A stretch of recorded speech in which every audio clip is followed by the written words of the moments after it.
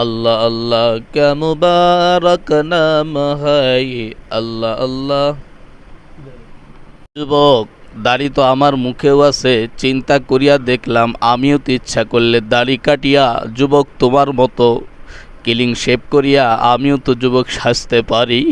কিন্তু চিন্তা করিয়া দেখলাম আমার মাওলায় যে সুন্দর দাড়ি দিছে, নবীর সুন্নতটা দিয়া দিছে, এটা যদি আমি কাটিয়াই ফেলি আর কিয়ামতের মাঠে যদি নবী জিজ্ঞাসাই করিয়াই বসে আর যদি বলে ও উম্মত, আমি নবীরে তুই দুনিয়ায় একটু মহাব্বত করতে পারলি না, আমি নবীর হুকুমটাও মানতে পারলি না, আজকের এই দিনে তোকে আমার দ্বারা সাফায়াত করা সম্ভব হবে না।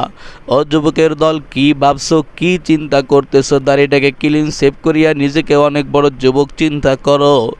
তোমার আমার মতো কত যুবক অন্ধকার কবরে ঘুমায়া গেছে। আরে প্রত্যেক দিনে তো খবর খুললেই শোনা যায় অমুক জায়গায় অ্যাক্সিডেন্ট করে এক যুবক মারা গেছে। আরে তোমার আমারও তো এমন একটা সময় আসবে শোনা যাবে আর দুনিয়ায় আমি নাই। ও যুবক, তোমার হাতে ধরি পায়ে ধরি, খবরদার নবীর সুন্নতে হাত লাগাইস না। যদি নবীকে খুশি করার জন্য সুন্নতটা রাখিয়াই দেশ, মনে রাখবি কিয়ামতের মাঠে নবীর সুপারিশ তোর জন্য ওয়াজিব হয়ে যাবে।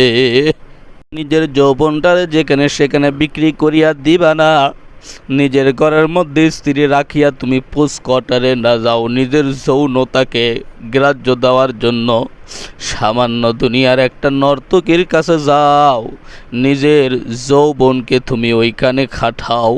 এর মনে রাখবা এই যৌবনটা রব্বুল আলামিন দিয়েছে। কিয়ামতের মাঠে আল্লাহ রব্বুল আলামিন এই যৌবনের ব্যাপারেও জিজ্ঞাসা করবে।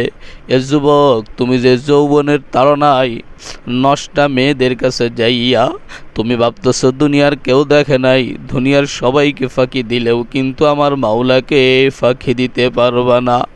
কিয়ামতের মাঠে জিনাকারিনী এবং জিনাকারকে কিয়ামতের মাঠে রব্বুল আলামিন এক জায়গায় দাঁড়া করায়া গায়ের মধ্যে, পুরুষঙ্গের মধ্যে, চোখের মধ্যে গলিত সীসা আগুনের ঢালবে আর বলবে, রে জিনা কর, দুনিয়াতে তো আমার হুকুম মানুষ নাই, যখন ইচ্ছা তখন যায় জিনার সঙ্গে লিপ্ত হয়েছিলি, আজকে দেখ দেখ কেমন লাগে। ও যুবক ভাইরা, তোমার হাতে ধরে পায়ে ধরে বলি, খবরদার জিনার মতো ফাহিশা কাজে যায়ও না। নিজের যৌবনটাকে বিক্রি করে দিও না, নিজের যৌবনটাকে শেষ করে দিও না। সব কিছু ক্ষমা করে দিবে। শহীদকেও আল্লাহ তাবারক তাআলা ক্ষমা করার পরেও শহীদকেও দাঁড়াইতে হবে।